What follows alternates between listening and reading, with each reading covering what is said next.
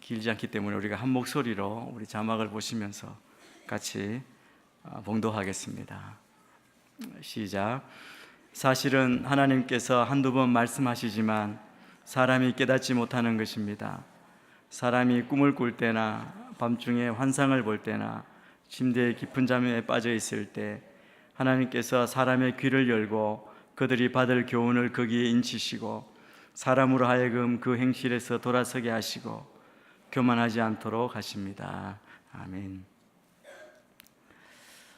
이번 한 달 저녁 예배 시간에 우리가 하나님의 음성을 들을 수 있는지, 여러분은 하나님의 음성을 듣는지 확인하고 또 우리가 다 하나님의 음성을 듣는 놀라운 은혜와 축복이 넘치는 그런 시간이 되기를 바랍니다. 우리가 잘 아는 대로 하나님은 그의 자녀들에게 말씀하십니다. 그런데 우리가 하나님을 아버지로 부르면서 만약 하나님의 음성을 들은 적이 없다면 내가 정말 그분을 알고 있는지 질문을 해봐야 합니다. 분명한 것은 만약 여러분들이 하나님의 음성을 듣는다면, 들을 수 있다면 우리의 삶 가운데 잘못된 길로 가거나 실수하는 것이 훨씬 줄어들 것입니다. 우리에게 말씀하시는 하나님께서 우리의 삶을 올바른 길로 인도해 주실 것입니다. 하나님은 우리와 소통하기를 원하세요. 이 말은 하나님은 우리에게 말씀하기를 원하신다고 그렇게 말씀합니다. 우리가 읽고 보는 우리 성경 말씀에는 그러한 예들로 가득 차 있습니다. 만약 하나님께서 그의 자녀들에게, 그의 백성들에게 말씀하지 않으셨다면 우리는 이 하나님의 말씀 성경을 가지지 못했을 겁니다. 이 성경이 무엇입니까? 우리가 이 성경을 손에 들고 있는 이유는 하나님께서 말씀하시고 그리고 그 말씀을 들은 하나님의 사람이 이것을 받아 적었기 때문에, 들었기 때문에, 듣고 하나님의 말씀대로 그것을 받아 썼기 때문에 수천 년 동안 그렇게 했고, 지금 우리는 하나님께서 그 백성들에게 말씀하신 것과 우리에게 말씀하기를 원하시는 것, 그것을 우리가 성경을 통해서 듣고 읽고 있는 것입니다. 이 성경에는 하나님께서 소통하기 위해 사용하신 많은 다른 방법들이 있습니다. 하나님은 그분이 원하시는 어떤 방법으로도 소통하실 수 있습니다. 여러분이 우리 가족이나 또 옆에 있는 사람들에게 소통할 때 어떤 방법을 쓰십니까? 우리 입술로 우리 생각을 말하죠. 대화로 소통하기도 합니다. 그러나 급할 때는 눈짓으로도 하고 손짓으로도 하고 그렇게 하지 않습니까? 그러면서 의사를 소통하죠. 그런데 우리는 여러 가지 제약이 있습니다.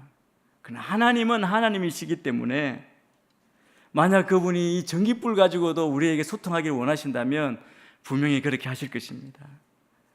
왜냐하면 그분이 모든 것 다스리시는, 만드신 하나님이시기 때문에. 그래서 그분은 원하시는 어떤 방법도 사용하실 수 있다고 믿습니다. 그런데 성경에 보면 그 백성들과 우리들과 하나님이 소통하시는 많은 방법을 보면 놀랍습니다. 성경에 나와 있는 예를 들어보면 하나님께서 모세를 부르셔서 모세에게 말씀하실 때 뜰기나무를 사용하셨습니다. 불타는 뜰기나무, 그것을 통해 모세와 소통하셨습니다. 또 야곱에게는 천사를 보내셔서 그렇게 말씀하셨습니다. 광야에 있던 온 이스라엘 백성에게는 하나님이 어떻게 소통하셨습니까? 구름으로, 구름 기둥으로, 불 기둥으로 말씀하셨죠. 민수기에 보면 재미있는 또 이런 소통의 이야기가 있습니다. 하나님은 당나귀를 통해서 발람이라고 불리는 자, 그에게 하나님이 말씀하셨죠. 당나귀 입을 빌어서. 오늘 읽은 본문 14절 말씀을 우리가 한 번 더 보기를 원합니다. 14절 말씀을 한 번 더 읽겠습니다. 시작. 사실은 하나님께서 한두 번 말씀하시지만 오늘 14절에 보면 여기에 한두 번 말씀하시지만 이라고 이렇게 되어 있습니다. 그런데 영어 어떤 번역에 보니까 영어로 이렇게 쓰면 different ways, 다른 방법들이라고 그렇게 되어 있습니다. 하나님은 우리에게 말씀하시는 다른 방법들, 많은 다른 방법이 있습니다.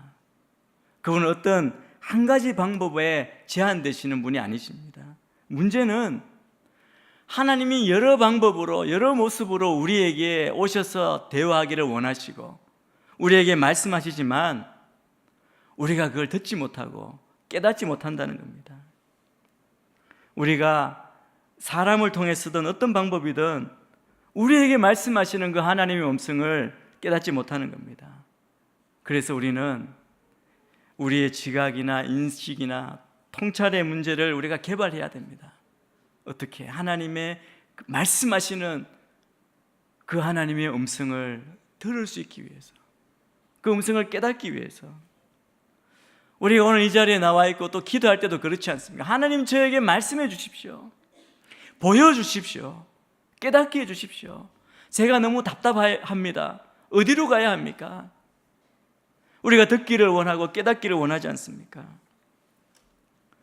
그럼 하나님이 말씀하시는데 우리가 하나님이 어떤 방법으로 말씀하시는지 그것을 우리가 알고 그렇게 말씀하실 때, 그렇게 표현하실 때 우리가 듣고 깨닫기를 원합니다. 오늘 우리는 그래서 하나님께서 우리에게 말씀하기 원하시는 많은 방법 가운데 정말 대표적인 6가지 그 방법에 대해서 살펴보기를 원합니다.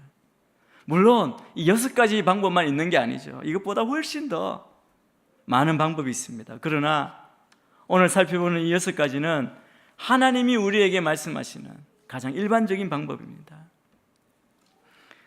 여러분은 하나님이 말씀하시는지 확신하지 못할 수도 있습니다. 그래서 오늘 하나님이 정말 여러분에게 말씀하기 원하시고 대화하기 원하시는 그 방법을 살펴보기를 원합니다. 첫 번째 방법은 하나님은 우리에게 성경을 통해 말씀하십니다. 너무나 당연하고 우리가 다 알고 있는 방법입니다. 그런데 하나님께서 말씀하시는 최고의 방법은 그의 말씀을 통해서이기 때문에 이게 가장 첫 번째입니다. 우리가 성경책을 가지게 된 이유를 잠깐 말씀드렸죠. 바로 하나님께서 수천 년 동안 말씀하셨고 하나님이 그것을 기록하라고 하셔서 그 저자들이 그렇게 기록했기 때문입니다. 그분은 이미 우리에게 다 기록해서 하나님의 말씀을 주셨습니다. 하나님은 우리가 성경을 덮기 전까지는 결코 말씀을 멈추시지 않습니다. 우리가 성경을 펴고 있으면 이 하나님의 말씀입니다. 그 말씀을 우리가 들을 수 있다는 것이죠. 여러분의 인생에 필요한 모든 것이 이미 여기에 다 있습니다. 우리 디모데후서 3장 16절 말씀을 우리 같이 한번 또 보겠습니다. 시작. 모든 성경은 하나님의 감동으로 된 것으로 교훈과 책망과 바르게 함과 의로 교육하기에 유익하니. 왜 하나님이 우리에게 성경을 주셨습니까? 오늘 말씀해 보니까 4가지 이유를 말합니다. 교훈과 책망과 바르게 함과 의로 교육하기 위해서입니다. 여러분, 이 성경 말씀, 이 말씀은 여기 기록된 모든 것이 다 하나님의 말씀입니다. 그리고 이 모든 것이 다 유익합니다. 이 말은 이 말씀이 100% 믿을 수 있고 100% 실제적이라는 겁니다. 그래서 여러분이 이 말씀을 통해 여러분의 삶에 활용할 수 있습니다. 그런데 여러분 말씀을 읽어보셔서 아시겠지만 읽다 보면 하나님의 말씀인데 이해가 안 되는 부분이 많이 있습니다. 그렇지 않습니까? 이해가 되지 않기 때문에 우리는 어떻게 해야 합니까? 분명히 하나님께서 나에게, 우리에게 하신 말씀인데 우리가 이해가 되지 않으니까 외국어를 하면 통역하는 사람을 세우듯이 이 말씀이 이해되지 않기 때문에 우리는 공부를 해야 합니다. 그런데 여러분, 모든 것에는 이유가 있습니다. 그 이유가 무엇이냐? 하나님 말씀하시고 우리가 정말 공부하고 그렇게 말씀을 듣기를 원하는데 이 모든 말씀이 우리에게 주어진 것은 우리를 돕기 위함이죠. 문제는 이해가 안 되는 것은 우리가 그것이 우리에게 도움이 되지 않아서가 아닙니다. 우리에게 필요 없는 말씀이기 때문에 그런 것이 아닙니다. 그냥 단순하게 우리가 이해하지 못하는 것, 그 문제는 뭐냐면 그 말씀을 이해하지 못하는 그 자체가 문제입니다. 말씀은 기록된 이유, 어렵게 기록되고 또 쉽게 우리가 잘 이해할 수 있게 기록되던 어떤 이유든 모든 말씀은 우리에게 분명히 말씀하시는 것이고 그렇게 기록된 이유는 다 하나님의 뜻이 있다는 것이죠. 비록 우리가 전혀 이해할 수 없는 그런 부분이라고 할지라도 성경은 우리에게 분명히 증거합니다. 모든 것이 하나님의 말씀이라고 그렇게 증거하고 있습니다. 그런데 만약 우리가 이해하고 우리가 좋아하는 특정 부분만 하나님의 말씀이라고 믿는다면 그렇게 믿는 사람은 정말 문제가 있습니다. 왜냐하면 누가 그것을 결정해야 합니까? 우리가 정말 이것은 필요 있고 필요 없다 이걸 결정하는 순간 우리는 심판자의 자리에 앉게 되는 것이죠. 나는 이 부분은 마음에 들고 나 믿을 수 있어. 저 부분은 마음에 들지 않아. 그냥 안 읽어도 되는 것 같고 나의 현실에 맞지 않는 것 같고 그러니까 이건 찢어버려도 없는 것처럼 해도 되겠다. 나는 이 부분은 믿을 수 있고 저 부분은 믿을 수 없다. 그렇게 말하고 생각하는 거. 이게 무슨 일을 하는 것입니까? 이렇게 하는 행동 자체는 무엇이 진리인지 무엇이 아닌지를 자기가 결정하는 거예요. 결정권자로 자기를 올려놓는 거죠. 가만히 보면 굉장히 교만한 그런 자리에 앉는 것입니다. 우리는 하나님을 판단하는 자리에 절대 있을 수 없습니다. 판단하시는 분은 하나님이십니다. 하나님은 성경에 기록된 모든 것이 사실이고 우리에게 유익하다고 그렇게 말씀하십니다. 그러므로 여러분 우리가 그 하나님의 말씀 안에 들어가야 합니다. 하나님이 말씀하신 그 말씀인 것을 우리가 믿고 나에게 들려주시는 말씀으로 믿고 우리가 그 말씀 안에 들어가는 것이죠. 우리가 사람들과 대화할 때에도 때로 잘 이해하지 못하는 부분이 있죠. 그러면 어떻게 해야 합니까? 그냥 알아듣지 못하면서도 그냥 알아들은 것처럼 끄덕이는 게 아니라 질문해야죠. 방금 하신 말씀이 무슨 뜻입니까? 그게 그 사람의 말을 받아들이고 그 사람의 말을 이해하는 좋은 태도 아니겠습니까? 우리는 그렇기 때문에 하나님의 말씀이 우리에게 주어질 때 우리가 그 말씀 안에 들어가야 합니다. 그러면 어떻게 그 말씀을 붙잡을 수 있습니까? 거기에는 또 5가지 방법이 있습니다. 우리가 잘 아는 방법이죠. 우리 1대1 할 때 하나님 말씀할 때 잘 아는 이미 손가락으로 다 했던 것입니다. 그것은 우리가 말씀을 듣고 읽고 공부하고 암송하고 묵상하는 겁니다. 저는 여러분이 이 하나님의 말씀 안에 다 들어가게 되기를 축복합니다. 들으셔야 합니다. 우리의 생각대로 우리의 감정대로 내가 좋은 것만 취하는 것이 아니라 이것이 다 하나님의 말씀입니다. 어떻게 보면 다 녹음해서 들려주는 것과 같은 나에게 하시는 그 말씀. 그래서 여러분의 바쁜 일상 가운데 단 하루에 5분만이라도 정말 우리가 앉아서 말씀을 읽고 하나님께서 나에게 말씀하시게 하고 그리고 그 말씀을 되새기고 묵상하고 기도로 응답할 수 있습니다. 저는 여러분이 그런 결단을 하시게 되기를 축복합니다. 내가 하나님의 말씀이 들리지 않는데 그것이 아니라 말씀하시는 이 하나님의 말씀을 우리가 듣고 그것을 내 마음에 새기고 그 말씀대로 살 수 있게 되기를 바랍니다. 왜 그것이 중요합니까? 시편 119편 105절 말씀, 잘 아는 말씀인데 우리 큰 소리로 한번 읽겠습니다. 시작. 주의 말씀은 내 발의 등불이요 내 길의 빛입니다. 주의 말씀이 내 인생길에 있어서 내 발의 등불이요 내 길의 빛이라고 말합니다. 이 말뜻을 여러분 잘 보셔야 합니다. 이 말씀은 여러분의 인생의 앞으로 3년, 10년을 다 보여줄 수 있는 정말 엄청난 빛의 하이빔, 차에 보면 어두운 데 가면 하이빔 있잖아요. 그렇게 비추는, 등대와 같이 비치는 서치라이트 같은 그런 빛을 말하는 게 아닙니다. 뭐라고 이야기하면 그냥 등불, 내 길의 빛이라고 합니다. 등불, 내 앞만 보이는 것. 여러분 가운데 어떤 분들은 앞으로 나의 미래에 일어날 일들을 알기 원하는 분도 있을 것입니다. 그러나 하나님은 결코 그렇게 알려주시지 않습니다. 하나님이 모르셨어가 아니라 하나님은 다 아시지만 그것을 우리에게 말씀하시면 우리는 놀라 쓰러질 것이기 때문에, 감당이 안 돼서 죽을지 모르기 때문에, 그래서 우리가 욕심을 가지고 모든 것을 다 미리 알려고 하는 것, 그것은 시간 낭비입니다. 하나님은 우리가 믿음으로 하루하루 걸어가기를 원하시기 때문입니다.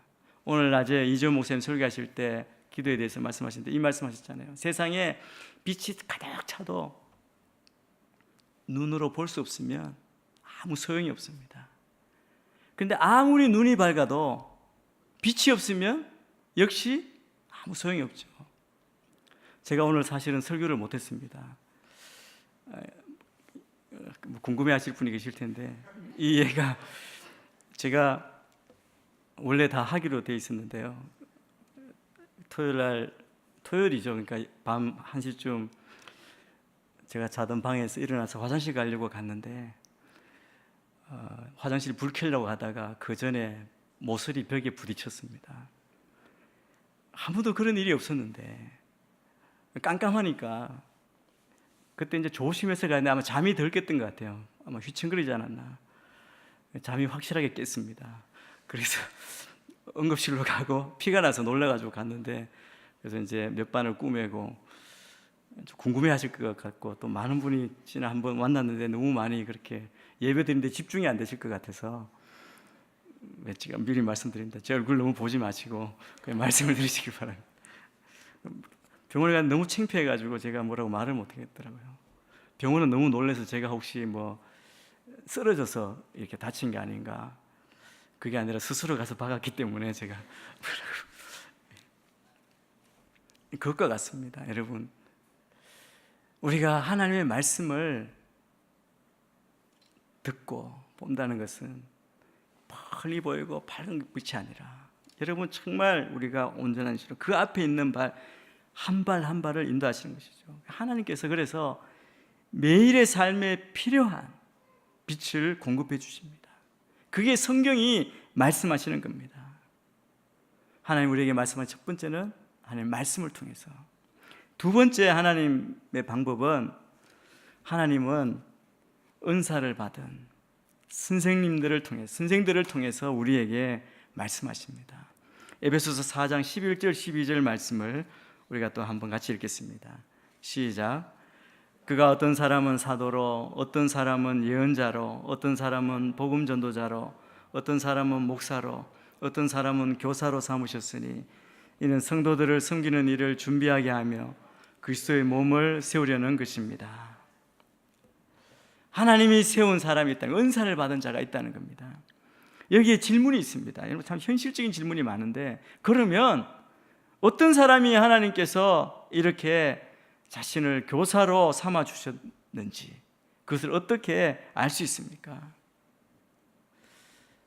우리 주변에 자기가 선생님 것처럼 하는 사람도 있고 우리가 혼란스러운 일들도 많아요. 저도 그런 분들을 많이 경험했습니다.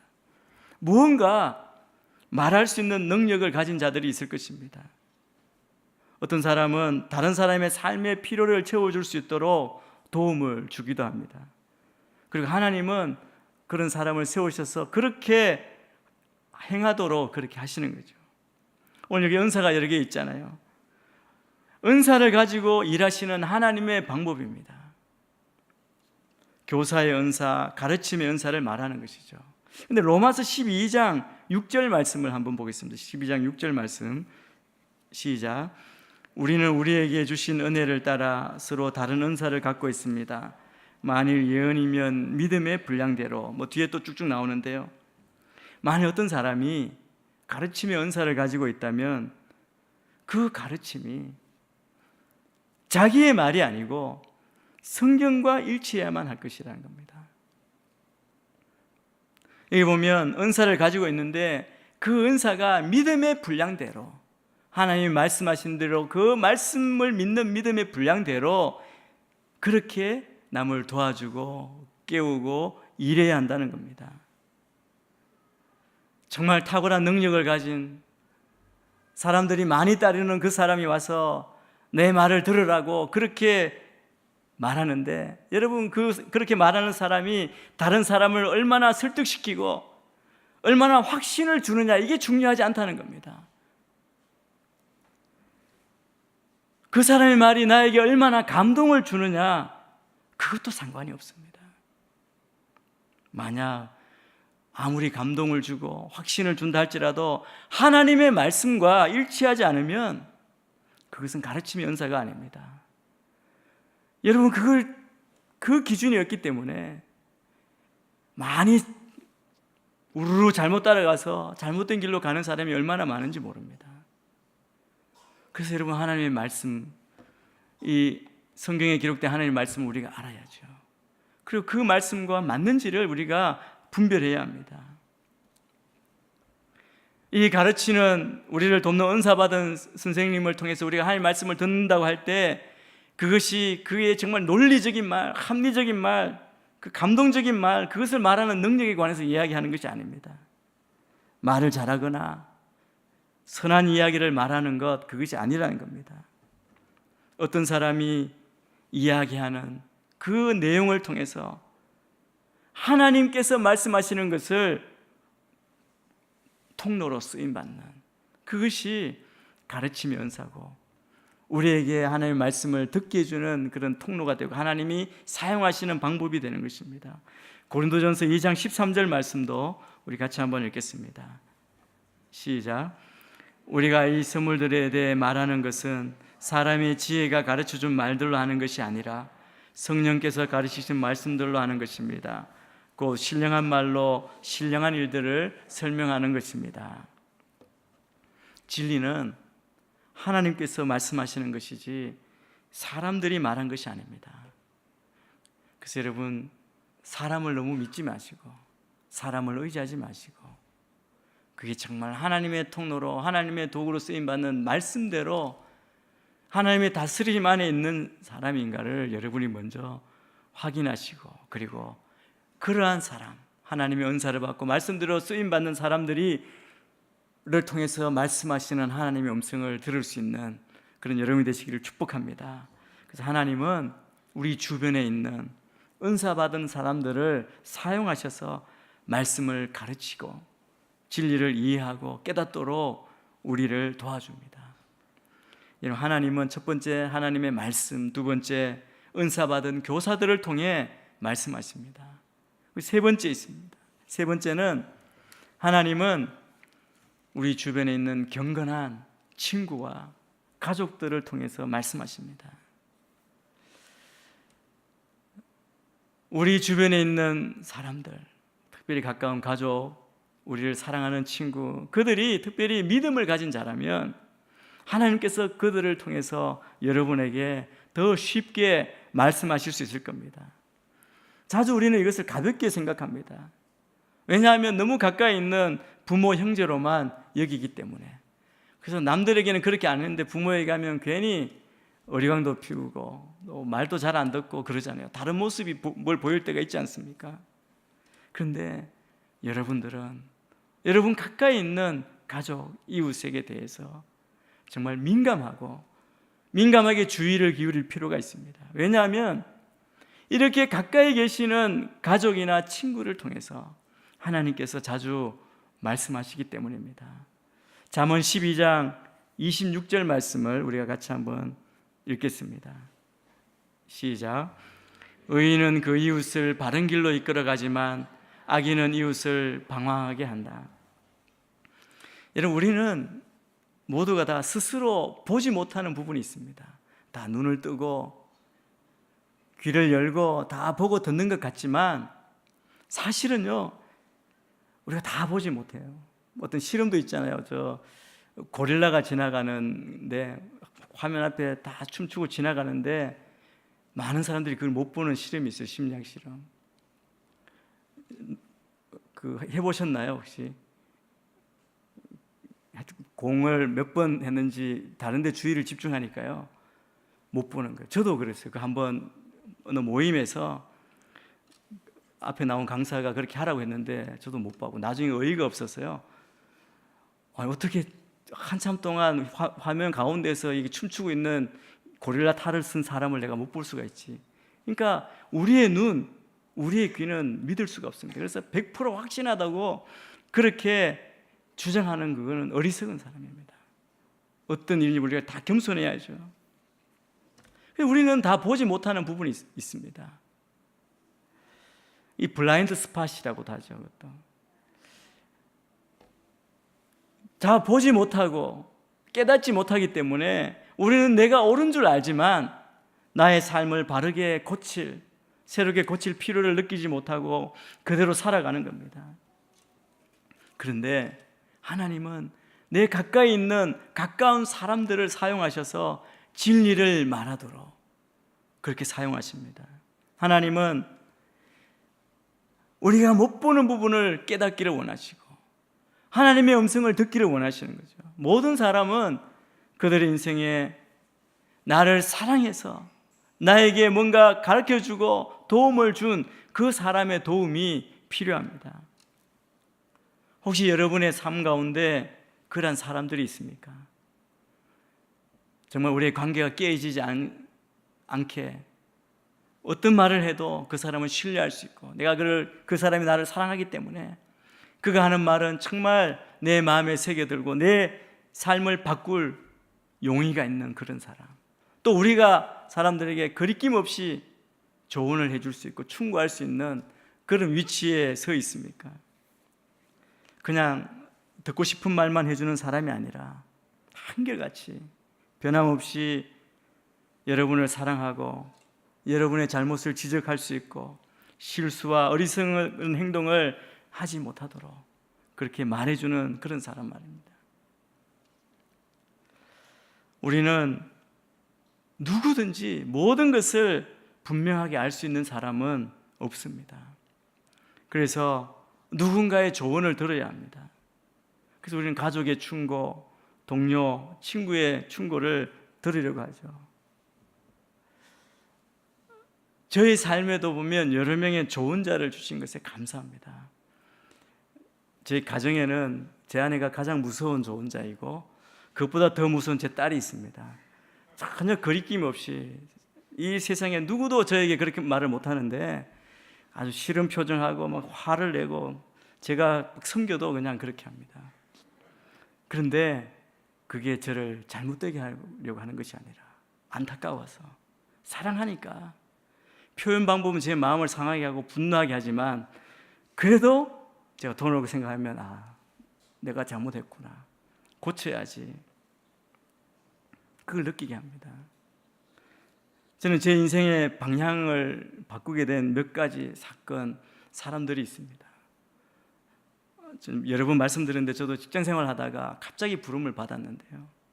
그때 전화통화를 통해서 우리 어머니를 통해서 또 우리 가족들을 통해서 상황을 통해서 말씀해 준 그게 저는 하나님의 음성을 얻었습니다. 제가 한 번은 확인했는데 자기는 그런 얘기를 한 적이 없대요. 저는 분명히 들었는데 그럼 누가 이야기한 겁니까? 근데 생각해 보면 아마 그 사람 입을 통해 그 사람도 기억하지 못하지만 하나님의 음성을 들려준 것이라고 저는 믿습니다. 여러분에게 우리 모두에게 그런 사람이 필요합니다. 그런 친구를 여러분 가지고 있습니까? 저는 교회 새로 등록하시는 분들에게 꼭 드리는 말씀이 있습니다. 절대로 혼자 신앙생활 하지 마십시오. 꼭 공동체에 믿음의 동역자들과 만나라고. 우리는 완전하지 않지만 서로를 세워가는 공동체를 이루어야 합니다. 내가 그 사람에게 본이 되고 그 사람을 도와주고 내가 우리 순원들의 도움을 받는 것. 그래서 우리는 또 소그룹에 반드시 소속되어야 합니다. 소그룹 안에, 우리 순 안에 그런 역동이 일어나야 합니다. 순의 가장 기본적인 유익은 피드백하는 거예요. 충고하는 겁니다. 또 그것 때문에 마음이 상하기도 하죠. 그런데 성령님께서 도우셔서 우리가 정말 사랑하기 때문에 당신이 이렇게 하는 것 좋지 않다, 그러니까 이렇게 했으면 좋겠다, 그걸 정말 지혜롭게 말할 수 있고, 그것을 듣고 내 삶을 돌아보고 주님 앞에 더 나아갈 수 있는 그런 공동체가 필요합니다. 서로의 신뢰가 쌓이고 참된 공동체가 형성되면, 여러분 오래 만나고 이 사람을 신뢰하면 여러분의 인생에 조언할 수 있도록 그렇게 허락하게 되잖아요. 이야기해봐라. 들을 때는 마음이 안 좋지만, 왜냐하면 내 스스로에 대해서 안 좋아하는 거죠. 그렇지만 그게 도움이 되니까 감사할 수 있는 그런 관계, 서로 유익하고 서로 사랑하기 때문에 세워지는 공동체입니다. 여러분, 어떤 사람이 여러분을 신뢰하지 않는다면 그 사람에게 진실을 말하지 않습니다. 이게 내 일이 아니라고 생각하면 누가 말하겠습니까? 그냥 시간이 갈수록 그러잖아요. 요즘은 더 그렇잖아요.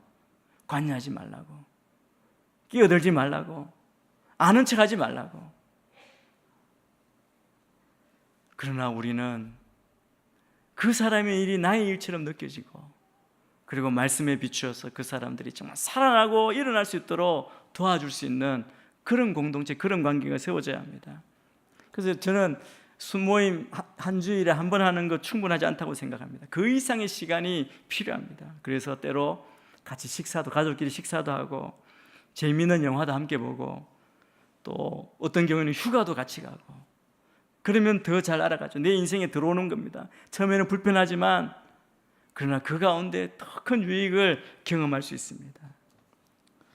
여러분의 삶에 여러분을 알고, 여러분을 사랑하고, 여러분의 강점과 약점을 알게 되고, 그렇게 되면 여러분을 많은 실수에서 보호할 경건한 믿음의 친구들을, 동력자들을 가질 수 있게 됩니다. 그것이 하나님께서 우리에게 말씀하시는, 돈으로 값으로 매길 수 없는 그런 하나님의 특별한 은혜요 방법입니다. 우리 잠언 12장 15절 말씀을 또 한번 같이 읽겠습니다. 시작. 바보는 자기 길이 옳다고 하지만 지혜로운 사람은 조언에 귀를 기울인다. 사랑하는 사람이 잘못된 길로 갈 때 모른 척하면 안 됩니다. 가족이나 친구라면 화를 내고 싸우더라도 조언하지 않습니까? 안 된다, 그거 하지 말라고 이야기하지 않습니까? 사랑은 돌보는 겁니다. 사랑이기 때문에 관계의 위험과 그 부담을 기꺼이 감당하는 것이죠. 그렇게 할 때 하나님께서 여러분을 통해 말씀하실 것입니다. 그리고 하나님은 같은 방법으로 다른 사람을 통해 나에게 또 말씀하십니다. 여러분이 그들을 사랑한다면 그들의 일이 바로 나의 일임을 깨닫게 됩니다. 우리 잠언 27장 6절 말씀도 한 번 더 같이 읽겠습니다. 시작. 친구의 꾸지람은 진실하나 원수의 입맞춤은 속이는 것이다. 하나님의 소통하시는 한 방법은 바로 우리의 그룹, 소그룹 안에서 순원들을 통해서, 우리 지체를 통해서 하나님이 말씀하시는 겁니다. 그 소리를 들을 수 있게 되기를 바랍니다. 네 번째, 하나님이 사용하시는 방법은 성령의 감화, 감동하심을 통해서 말씀하십니다. 하나님은 성령의 생각을 통해 말씀하십니다.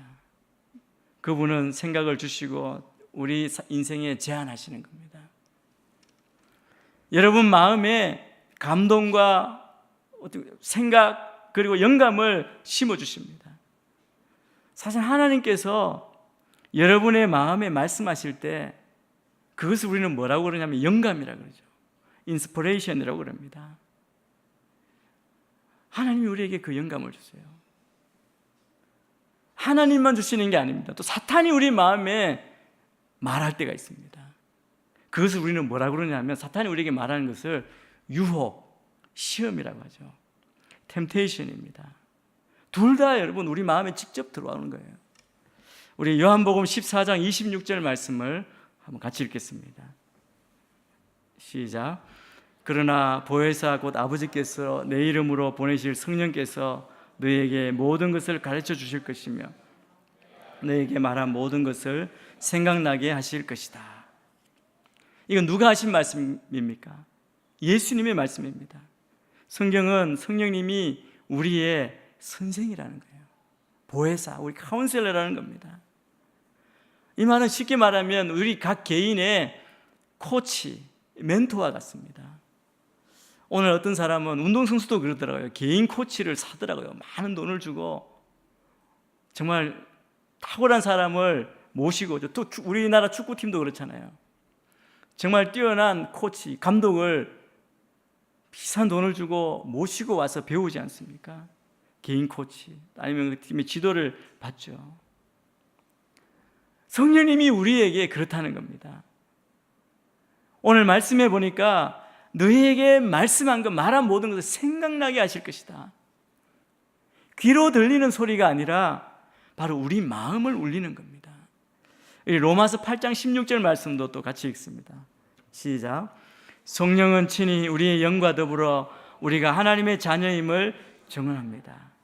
하나님은 우리의 모든 생각을 아십니다. 지금 여러분이 앉아 계시지만 지금 무슨 생각을 하시는지 저는 모르지만 하나님은 다 아십니다. 그뿐 아니라 지금까지 여러분이 무슨 생각을 하고 오셨는지 다 아십니다. 그러므로 하나님은 우리에게 생각과 우리의 인생을 이렇게 살아라 말씀하실 수 있습니다. 다 아시니까 가장 필요한 것으로 우리에게 제안하실 수 있죠. 그런데 그것을 어떻게 깨닫습니까? 여러분, 정기적으로 성경을 읽을 때 내 마음에 말씀이 쌓이기 시작합니다. 왜냐하면 우리의 기억은 몰라도 우리의 마음에는요, 어느 것도 잊어버리지 않고 다 쌓입니다. 그런데 오늘 말씀에 보면 생각나게 하실 우리의 쌓여져 있는 것, 기억은 못하지만 쌓여져 있는 것을 성령님이 계속 생각나게 하신다는 거예요. 가끔 성경을 읽을 때 이렇게 말하기도 하죠. 내가 오늘 말씀을 큐티를 하는데 말씀을 읽는데 오늘은 정말 아무것도 건지지 못했다. 아무리 찾으려고 해도 잘 안 된다. 적용도 안 된다. 그런데 여러분, 생각을 좀 바꾸셔야 합니다. 여러분은 그렇게 애쓸 필요가, 노력할 필요가 없습니다. 왜냐하면 성령님이 읽으면 성령님이 생각나게 하시는 거예요. 여러분 마음을 한번 생각해 보세요. 여러분 마음에는 사실은 온갖 것으로 다 채워져 있습니다. 그냥 보는 대로, 들은 대로 여러분 마음에 다 쌓여져 있는 거예요. 광고 한 편을 봐도 여러분 광고가 다 뭐 기억하려고 기억하시나요? 그냥 다 쌓여져 있잖아요. 어떤 유머를 보면, 코미디 프로를 보면 그게 그냥 들어가는 게 쑥, 영화를 보면 영화가 쑥 들어가 있는 거예요. 모든 것이 우리의 마음에 있습니다. 그런데 하나님의 말씀을 보면 말씀이 내 안에 쌓여 있는 것처럼 우리는 우리 안에 모든 쌓여져 있는 것에서 우리가 하나님의 말씀 그 진리로 균형을 맞춰야 합니다. 그러면 우리가 그 안에 있는 말씀이 성령으로 말미암아 우리 안에서 생각나게 하신다는 거죠. 왜냐하면 우리 마음 안에 하나님의 말씀이 쌓여 있기 때문입니다. 오늘 말씀드리고 싶은 것은 우리가 하나님으로부터 감동을 받는 일에 대한 겁니다. 그냥 하나님으로부터만 감동받는 게 아니에요. 여러분, 감동이 성령님의 감동만 있는 것이 아니라 온갖 끝으로부터 다 감동을 받죠. 그래서 여러분, 우리가 굉장히 주의를 해야 합니다. 사실은 우리의 감동, 우리의 인상, 우리의 느낌이 잘못 사용되고 남용되고 또 오해되어 왔습니다. 그래서 우리가 피해야 될 두 가지 극단이 있는데, 하나는 지나친 이성주의자가 있습니다. 어떤 것도 하나님으로부터 온 생각이 없다는 겁니다. 이런 사람은 하나님께서 나에게 말씀하실 수 없다는 거죠. 어떻게 하나님이 나에게 말씀하실 수 있느냐, 들리지도 않는데. 그런 일은 없다고 믿지 않는 사람입니다. 또 한편으로는 극단이 또 있어요. 신비주의자입니다. 내가 하는 모든 생각, 아이디어 다 전부 다 하나님으로 왔다는 거죠. 둘 다 잘못된 것입니다. 처음 말한 이성주의자는 불쌍한 사람입니다. 왜냐하면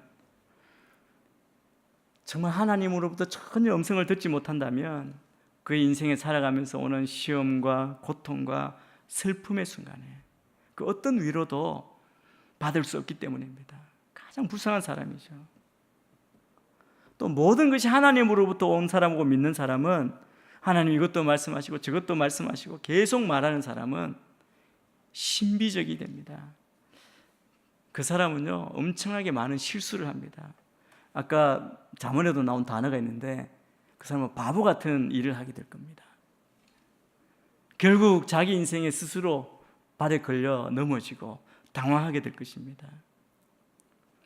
또 세상 사람들은, 바깥 사람들은 그 사람이 광신도다 아니면 미쳤다라고 생각할 것입니다.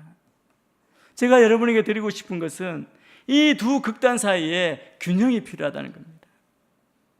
이 균형에 대해서 오늘 본문 말씀을 한 번 더 봤으면 좋겠습니다. 욥기 33장 14절에서 17절 말씀인데요, 아까 읽었지만 한 번 더 같이 읽겠습니다. 시작. 사실은 하나님께서 한두 번 말씀하시지만 사람이 꿈을 꿀 때나 밤중에 환상을 볼 때나 침대에서 깊은 잠에 빠졌을 때 하나님께서 사람의 귀를 열고 그들이 받을 교훈을 거기에 인치시고 사람으로 하여금 그 행실에서 돌아서게 하시고 교만하지 않도록 하십니다. 우리는 두 번 더 이 균형에 대해서 하나님의 음성을 들을 때 분별하고 균형을 맞추는, 정말 바로 듣는 법에 대해서 배우게 될 것입니다. 근데 오늘 여기 욥기의 말씀은 하나님은 우리가 여러 가지 문제로부터 벗어나기를 원하세요. 오늘 이 말씀을 가만히 보면 하나님이 언제 이야기하십니까? 왜 하나님은 이 욥기 말씀처럼 우리가 침대에 누워 있을 때 그때 우리에게 말씀하실까요? 몇 가지 이유를 한번 생각해 보자면, 우리는 하나님의 음성을 들을 때 편안할 때 잘 들을 수 있습니다. 우리 마음에 벽을 세우고 긴장하고 방어적이지 않고 또 막 정신이 이곳저곳 산만하지 않을 때, 그때 우리는 잘 들을 수 있습니다.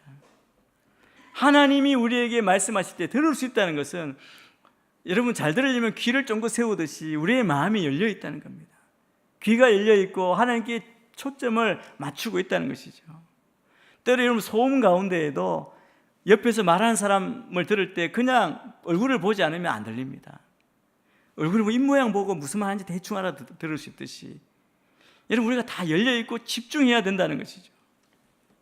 그래서 하나님이 가장 말씀하시기 좋을 때는 우리의 긴장이 다 풀려 있을 때, 그때가 가장 하나님이 말씀하시기 좋은 때입니다. 만약 핸드폰 소리가 나고 라디오나 TV가 켜져 있고 인터넷에 앉아서 뭔가 집중해서 검색하거나 게임할 때 온갖 생각이 여러분 마음에 몰려올 때 여러분은 하나님의 음성을 들을 수 없습니다. 왜냐하면 너무나 큰, 너무나 많은 소음 가운데 우리가 있기 때문입니다.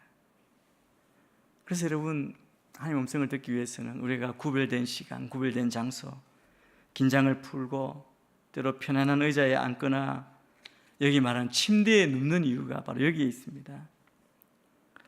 여러분도 혹시 개인적으로 경험하지 않습니까? 저는 그런데요, 아침에 샤워할 때 생각들이 막 떠올라요. 그때 안타까운 것은 필기구가 없다는 거. 생각은 났는데 나오면 잊어버리는 거예요. 왜 샤워할 때 이 신선한 생각이 떠오르는지 아십니까? 샤워 외에 다른 거 하지 않기 때문에. 그러니까 좋은 생각이 나오는 거죠.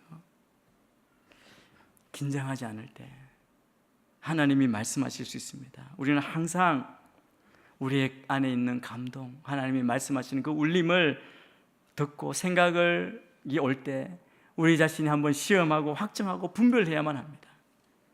그것이 성경 하나님 말씀과 일치하는지, 경건한 친구들이 그래 좋은 생각이다고 동의해 주는지, 교회가 인정하는 것인지 우리는 계속 점검해야 합니다. 왜냐하면 하나님은 모순되게 말씀하시는 분이 아닙니다.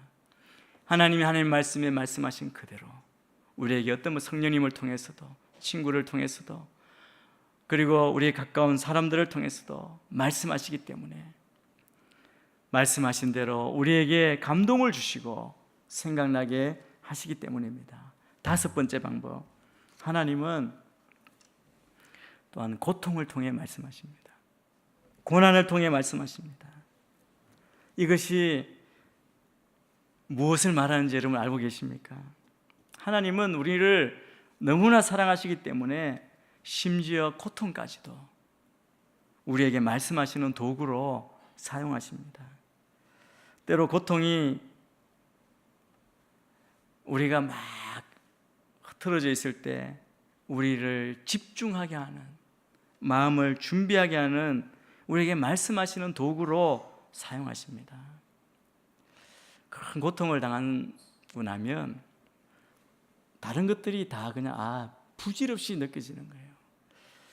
제가 그 교회 일로 제가 중국에 가 있을 때가 있었습니다. 처음 갔는데 교회가 굉장히 어려운 상황에 갔습니다.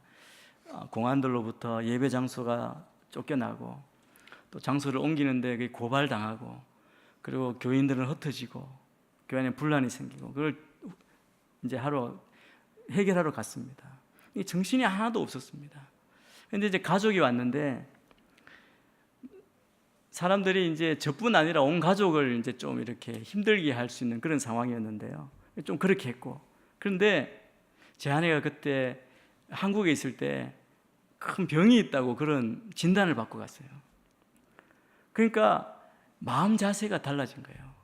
아무리 뭐라도 그건 아무것도 아닌 거예요. 지금 땀 문제가 있는데 그게 무슨, 그러니까 하나에 집중하니까 지내놓고 보면 그 어려움이 그냥 쑥 지나갔고 정말 은혜 가운데 지나가는, 그게 하나님의 은혜였다는 게 간증이 되는 거예요. 여러분, 고통은 때로는 하나님 주신 은혜일 수 있습니다. 다른 것 막 흩어진 우리의 탐욕, 욕심을 정결케 하고 하나님께 집중할 수 있는 방법입니다. 모든 고통이 다 그렇다는 건 아닙니다. 그러나 우리가 막 정신없이 살아가고 우리 인생의 속도를 늦추지 못하고 또 듣지 않을 때 하나님이 그 방법을 사용하실 때가 있다는 겁니다. 우리 시편 119편 71절 말씀을 우리 같이 한번 읽겠습니다. 시작. 내가 고난을 받는 것이 내게는 잘된 일입니다. 이는 내가 주의 율례를 배우게 되기 때문입니다. 고통은 종종 우리의 삶에 영적인 덕기의 보조도구로 사용이 됩니다. 고통은 하나님이 우리에게 말씀하시는 확성기라고 그렇게 이야기하지 않습니까? C.S. 루이스가 그런 얘기했죠.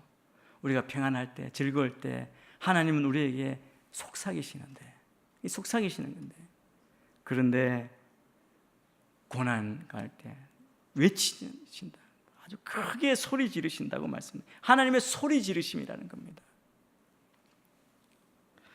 우리도 그렇죠. 그냥 좋을 때는 그냥 안녕이라고 얘기하지만 위험할 때는 조심해 하고 큰 소리로 듣도록, 돌이키도록 그렇게 이야기하지 않습니까? 차 조심하라고, 앞 조심하라고, 들으라고 그렇게 이야기하는 것이죠. 하나님께서 우리에게 그렇게 말합니다. 고통을 통해서도 하나님이 우리에게 말씀하십니다. 그 음성을 들을 수 있을 때 우리에게 더 큰 축복으로 다가올 줄 믿습니다. 6번째, 이 어떻게 보면 듣는 것이 아닌데 하나님이 우리에게 말씀하시는 방법입니다. 6번째, 하나님은 침묵을 통해 말씀하십니다. 가끔 하나님은 아무 말씀하지 않으심으로 말씀하십니다. 역설적이죠. 말이 되지 않죠. 그런데 침묵으로 말씀하시는 것이죠. 여러분, 하나님이 아무 말씀하지 않으시니까, 아무 반응하지 않으시니까 우리의 반응은 뭐냐면 때로 너무 좌절하기가 쉽습니다. 지치기 쉽습니다. 그러나 하나님이 침묵하실 때는 분명한 이유가 있습니다. 하나님이 침묵하실 때 우리는 어떻게 해야 합니까? 믿음으로 기다리고 그분을 신뢰하는 것이 최선일 겁니다. 만약 우리가 하나님보다 앞서 달려간다면, 그렇게 해서 하나님을 신뢰하지 않는다면 우리는 더 큰 어려움과 문제에 봉착하게 될 것입니다. 우리가 하나님보다 앞서가면 우리는 곧 후회하게 됩니다. 성경에는 그런 예가 또 많이 있습니다. 그 한 예, 대표적인 예가 바로 사울 왕입니다. 사울 왕이 우리가 잘 알죠. 이스라엘의 첫 번째 왕입니다. 요약해서 그가 전쟁을 준비할 때 하나님께 여쭈었습니다. 하나님, 이 전쟁 어떻게 할까요? 하나님이 아무 대답을 하지 않는 거예요. 왜 그렇습니까? 그는 하나님이 기뻐하시지 않는 일을, 불순종의 일을 계속해 왔습니다. 그리고 사무엘도 죽었습니다. 답답한 거예요. 어떻게 해야 할까요? 근데 성경은 하나님께서 아무 대답하지 않으셨다, 침묵하셨다고 말합니다. 그는 준비가 되지 않았던 거죠. 우리 사무엘상 28장 6절 말씀을 한번 보겠습니다. 같이 읽습니다. 시작. 사울이 여호와께 여쭈었지만 여호와께서는 꿈으로도 우림으로도 예언자들로도 그에게 대답하지 않으셨습니다. 이 보면 사울이 응답을 받기 위해서 찾았던 세 가지 다른 방법이 있잖아요. 말씀 보면 꿈, 우림, 예언자 나오죠. 그런데 응답을 받지 못했습니다. 그래서 어떤 일이 일어났는지 아십니까? 그는 인내하지 못한 겁니다. 참지 분을 이기지 못한 거예요. 불안해서, 좌절감 때문에. 여러분, 우리가 기다리고 인내하지 못하면, 정말 믿음이 없으면 우리 어떻게 되느냐면 항상 성급하게 문제로 향하게 됩니다. 더 나쁜 문제로 빠지게 됩니다. 그거 어떻게 했냐면 좌절해서, 성경에 보면 접신한 여인을 찾았다. 영접한, 뭐라 그러죠? 무당 같은 사람이죠. 그걸 찾았습니다. 그런데 여러분, 이 사람을 찾고 이 사람이 존재하는 건 그 나라, 이 이스라엘의 불법이었어요. 사울 왕이 그렇게 했는데 왕이 그렇게 찾는 거예요. 이걸 불법으로 만들었다는 것은 사울이 그게 잘못인 줄 알았습니다. 그런데 하나님의 음성이 없고 좌절했기 때문에 모든 방법을 찾는 겁니다. 그리고 그가 결국 어떻게 됐습니까? 결론은 모든 것 잃어버렸고, 전쟁에도 패배하고, 그의 명성도 다 잃어버리고, 결국 그의 생명도 잃었습니다. 만약 여러분이 인생길을 걸어갈 때 어떤 상황이든 우리를 인도하실 하나님 외에 다른 어떤 것을 찾으면 마치 살얼음판 위를 걷는 것과 같을 겁니다. 결국 빠지게 됩니다. 만약 여러분이 미래에 대해서 여러분의 삶을 인도하실 하나님 외에 다른 것을 찾는 것, 이것은 우상숭배요, 하나님 앞에 죄입니다. 잘못된 것입니다. 우리는 어떻게 해야 되나요? 최대한 멀리 도망가야 합니다. 그것으로부터 멀어져야 합니다. 그것이 죄악된 행동인 줄 알고 돌이켜야 한다는 것이죠. 왜 그렇습니까? 그 이유를 말하면 하나님 이외의 것을 의지하는 것은 시간과 물질의 낭비입니다. 누구도 사울 왕이 원했던 그 미래를 알 수 있는 사람이 없습니다. 아무도 없습니다. 누가 미래를 잘 맞춘다, 용하다, 그런 사람, 그렇게 말하는 사람은 거짓말입니다. 왜냐하면 오직 하나님만이 미래를 아시기 때문입니다. 그리고 여러분, 미래는 별자리에 있는 게 아닙니다. 카드 안에 있는 게 아닙니다. 바로 우리의 미래는 아들, 하나님의 아들에게 있습니다. 그러면 하나님이 침묵하실 때, 아무 말씀 안 하실 때 우리는 어떻게 합니까? 두 가지를 해야 합니다. 첫째, 우리 욥기 34장 29절 말씀을 한번 읽겠습니다. 시작. 그러나 그분이 잠잠히 계신다 해도 누가 문제 삼겠습니까? 그분이 그 얼굴을 가리신다면 누가 그분을 뵙겠습니까? 어떤 민족이든 어떤 사람이든 마찬가지입니다. 이 말은 무슨 뜻입니까? 하나님이 다 다스립니다. 하나님이 통제하고 계십니다. 하나님은요, 하나님의 계획을 여러분과 저에게 나누지 않습니다. 의논하지 않으십니다. 의논하지 않고 우리에게 알려주시지 않는다고 해서 하나님께서 계획을 가지고 계시지 않는 것, 그게 아닙니다. 하나님은 우리의 삶을 향한 계획과 목적을 가지고 계십니다. 하나님은 우리를 사랑하십니다. 선하신 분이십니다. 그 믿음이 우리에게 있다면 우리는 그저 잠잠히 하나님을 기다릴 때 하나님이 우리를 돌보십니다. 하나님이 책임지십니다. 우리가 우리를 책임지는 게 아니라 하나님이 우리를 책임지십니다. 그래서 여러분, 아무 말씀이 들리지 않을 때 우리가 해야 할 것은 그래도 믿음으로 기다리는 겁니다. 인내하는 겁니다. 두 번째 같은 말이지만 우리는 그분을 신뢰합니다. 시편 50편 14절 말씀 같이 읽겠습니다. 시작. 하나님께 감사의 제사를 드리고 지극히 높으신 분께 내 서원을 이루라. 하나님 이렇게 물으시는 거예요. 너는 나를 믿느냐라고 물으십니다. 때로 물질의 어려움 가운데도 나를 신뢰하느냐?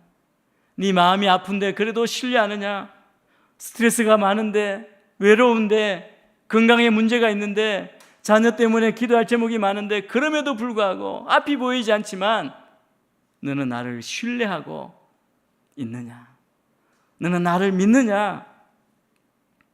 묻습니다. 사실은 이 질문이 우리 인생의 주제입니다. 여러분은 하나님을 신뢰하십니까? 어떤 방법으로 하나님이 말씀하시든 하나님을 믿는 믿음으로, 주의 말씀을 믿고 순종함으로 그 음성을 들을 수 있습니다. 저는 여러분이 어떤 방법으로 말씀하시든 그 하나님의 음성을 듣고 순종하고 주님과 동행하는 그런 복된 인생이 되시기를 축복합니다. 그리고 말씀을 듣기로 사모하고 결단하고 나아가시게 되기를 바랍니다.